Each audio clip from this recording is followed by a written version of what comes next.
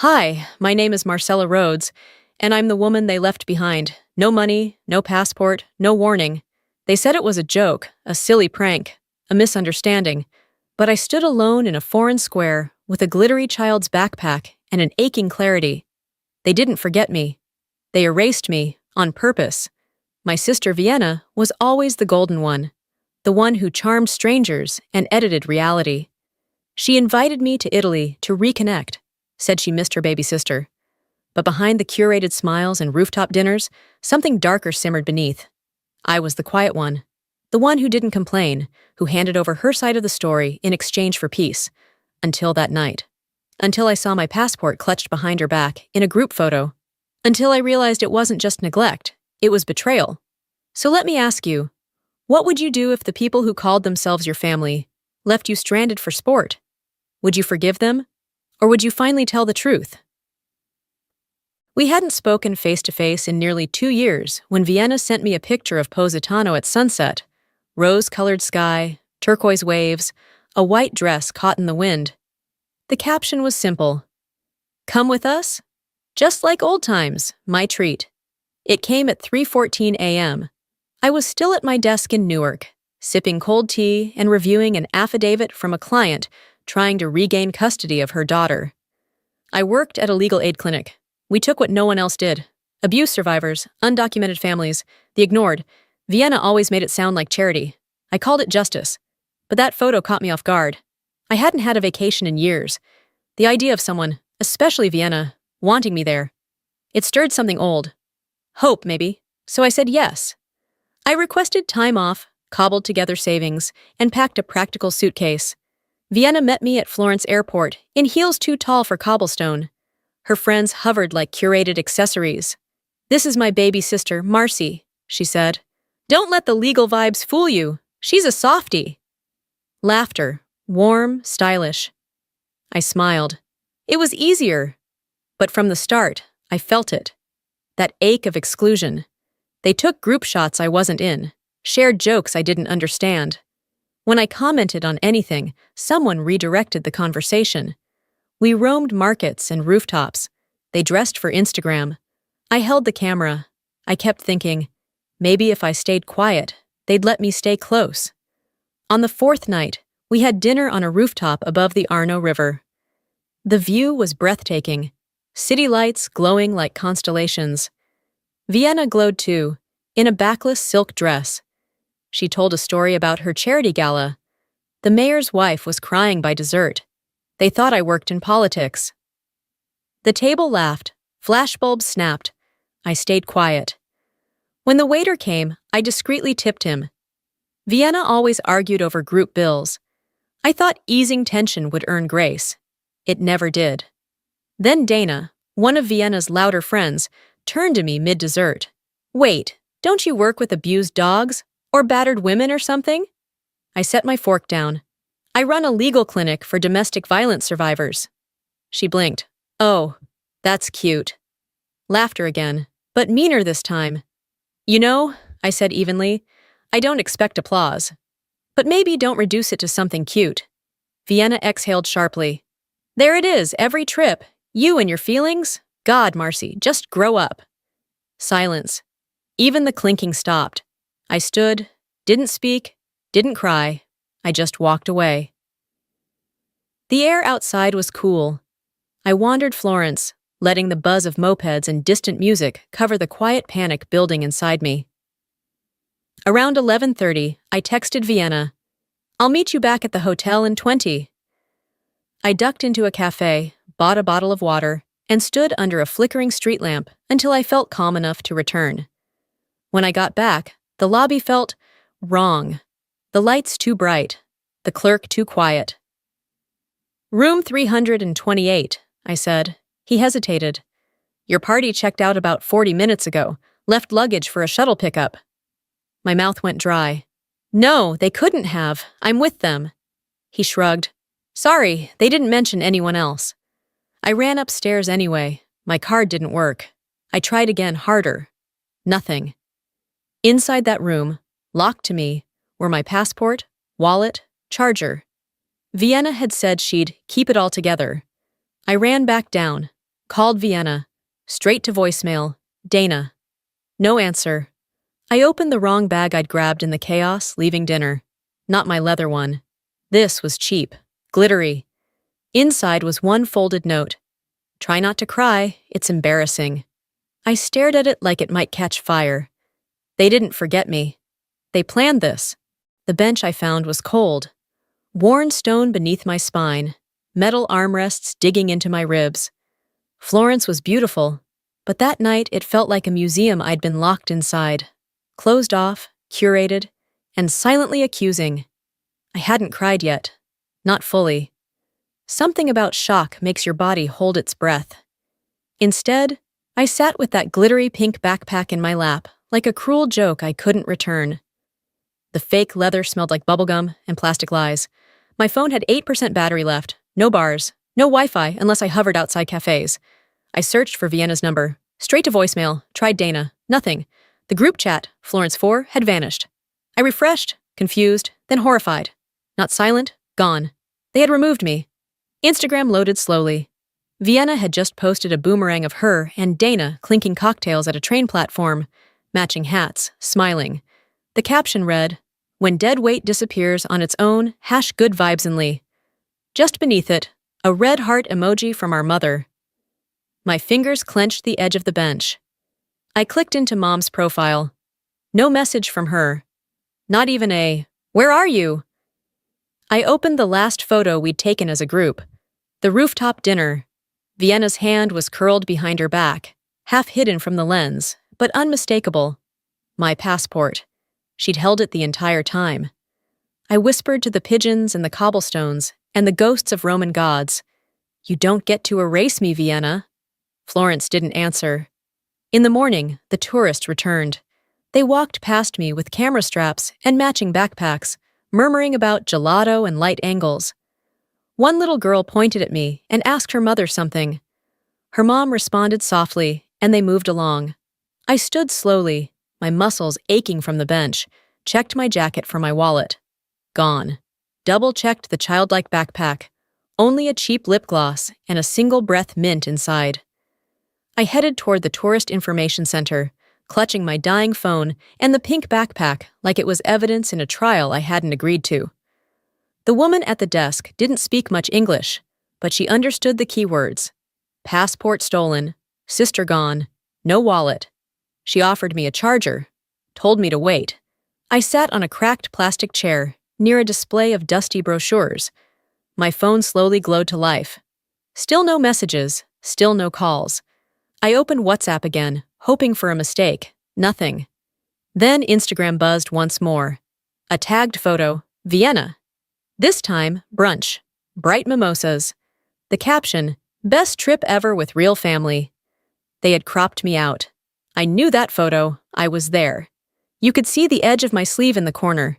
In the comments, someone asked, "Did the moody one finally go home?" Another wrote, "She had no vibe, just tension." And my mother had replied, "Sometimes it's better when one person takes space." I felt my stomach turn to acid. My thumb hovered over the screen, but there was no one left to call, not even her. I kept thinking back to the previous year, when Vienna launched her candle business and asked the family for support. I offered, quietly, to co-sign the loan. She didn't ask me to, but I wanted to help. She laughed. "I'd rather tank my credit than tie it to you." She said I brought drama, that I made everything complicated, and I believed her. For a long time, I believed I was too much, too sensitive, too serious. But now, sitting there in that cracked chair with a cheap backpack and a flat battery, something shifted. They hadn't just forgotten me. They'd rewritten me. There was a map of Tuscany hanging near the door. My eyes followed the winding rail lines. One headed south, toward Rome, and I saw it, 2 paths. Option 1, embassy, waiting rooms, shame, and silence. Option 2, find them, say nothing, let them see me, let them hear me, not with screams, with presence. I stood up and whispered, "If I let this slide, it never ends." The woman behind the desk returned, handed me 20 euros and a charger. She smiled. She didn't ask questions, but she looked at me like someone worth helping, and that was enough. I thanked her in broken Italian. She nodded. I walked toward the train station with 20 borrowed euros in my pocket and something heavier in my chest. The belief that maybe I didn't have to disappear to survive. At the station, the line was long. A honeymoon couple argued about seat assignments. A child threw crackers. I clutched the cheap backpack tighter, like I might use it to shield myself if someone else tried to erase me. When it was my turn, I stumbled through Roma Termini and Solo Ticket. The clerk was kind, offered me second class, no seat reservation. I nodded, paid in coins and kindness. On the train, I sat by the window and stared at the countryside. It looked peaceful in a way I didn't trust. A young woman in uniform sat across from me, noticed the tear tracks on my face, and silently handed me a napkin. She said softly, "Bad day?" I nodded. "Family." I let out a bitter laugh. "Yeah." She told me about her brother, who hadn't spoken to her since she left the family business. How her mother called her selfish. How her sister said, "You think you're better than us." Her story settled over me like a warm blanket. Not because it fixed anything, but because I wasn't alone. When the train pulled into Rome, the platform was packed. The air smelled like old coins and hot pavement. The woman stood up, straightened her blazer. "If you need anything," she said, "come to the Ria Hotel. I work the evening shift." She handed me a folded card with her name on it. "Don't let them write your ending." I thanked her. She was already gone.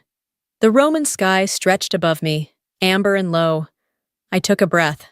They thought they'd left me behind. They were wrong. The Ria Hotel looked like it had been plucked from a magazine spread. Glass and marble, minimalist lobby, staff in tailored navy blazers. I stepped in with dirt on my sneakers and frizz in my hair, clutching a glittery child's backpack that didn't belong to me. The front desk clerk gave me a glance, both polite and suspicious. "Do you have a reservation?" he asked, fingers already on the keyboard. "No, but—" I lowered my voice. "My sister's staying here, Vienna Rhodes. She's with a group." He typed something, paused. "I'm sorry, I don't see anyone under that name." I swallowed. "Try Dana Cordy or Ria Maxwell." A flicker of recognition passed over his face. Then, "They aren't accepting calls.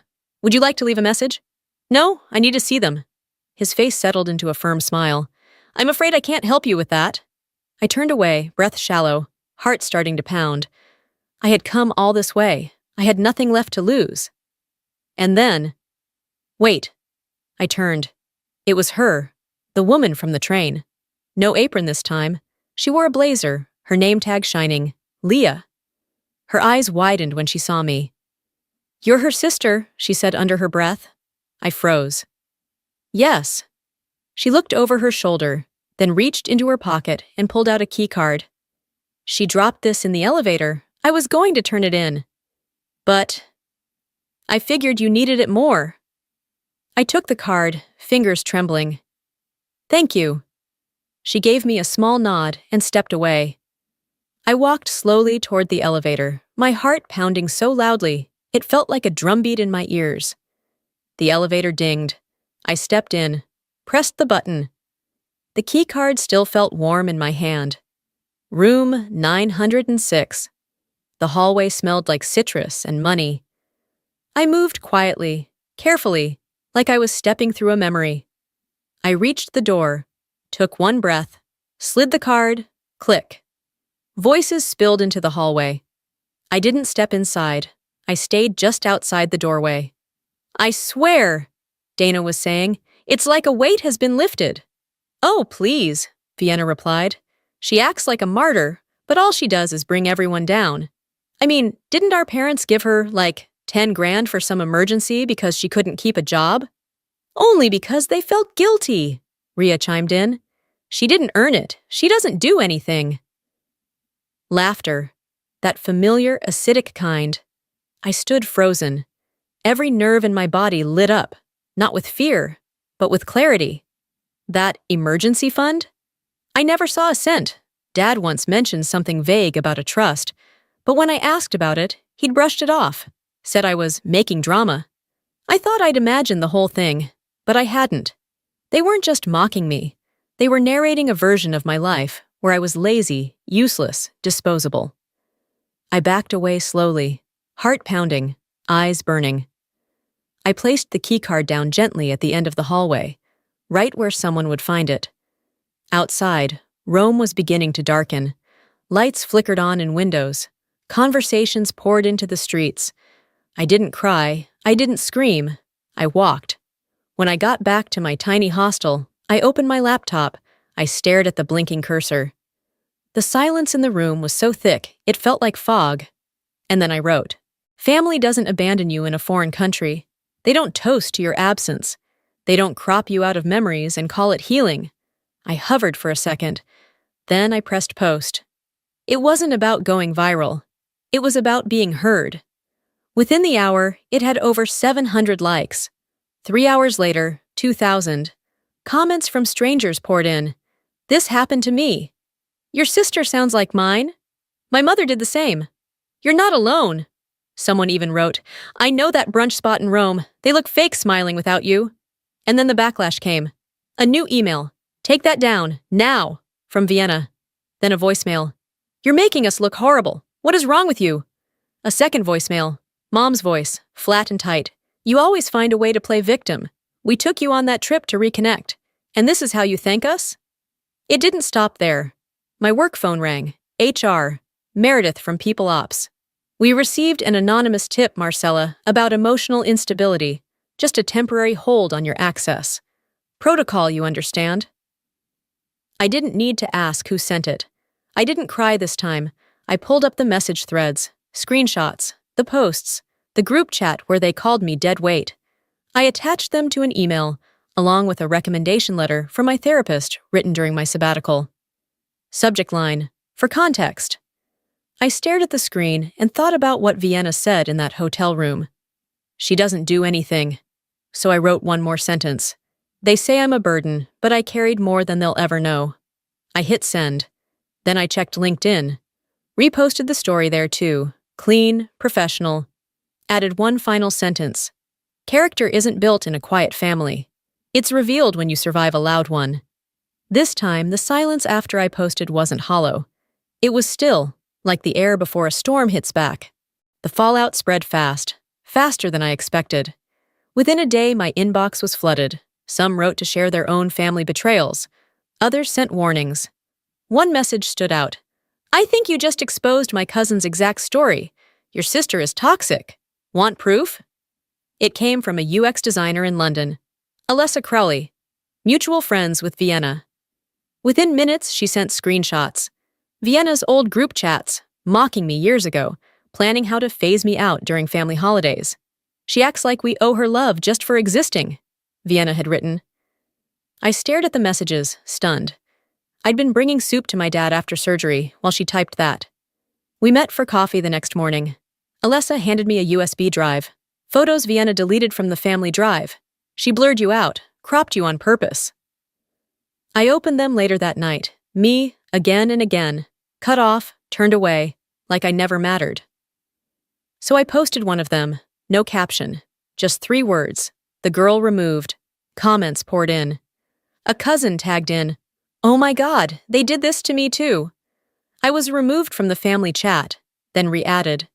Then came the message from Mom. "What are you trying to do to this family?" I finally replied, "What I should have done 10 years ago. Tell the truth." And I meant it. The day I checked out of the hostel, the front desk clerk said, "Someone's here asking for you." I already knew who it was. Vienna stood by the lobby window, sunglasses on, posture perfect, like always. But she didn't look powerful anymore. She looked cornered. "You went too far," she said, skipping any hello. "You made us look terrible." I stayed seated, calm. "You stranded me in a foreign country. That was too far." She offered a deal, take the post down, and she'd smooth things over with Mom. I laughed. "You still think I care about getting back in?" Then I pulled out my phone and tapped the screen. "Lisa, you're on speaker." My attorney's voice filled the air. "We've identified Vienna as the person who submitted false power of attorney forms in your mother's name." Vienna's face drained. Her hands trembled. "You wouldn't drag us through court." I stood. Watch me! That night, as my plane took off, I didn't feel triumphant. I felt free. Not from them. From the silence. Some say blood is thicker than water, but sometimes blood is the thing that tries hardest to drown you. And walking away, that's how you learn to breathe again.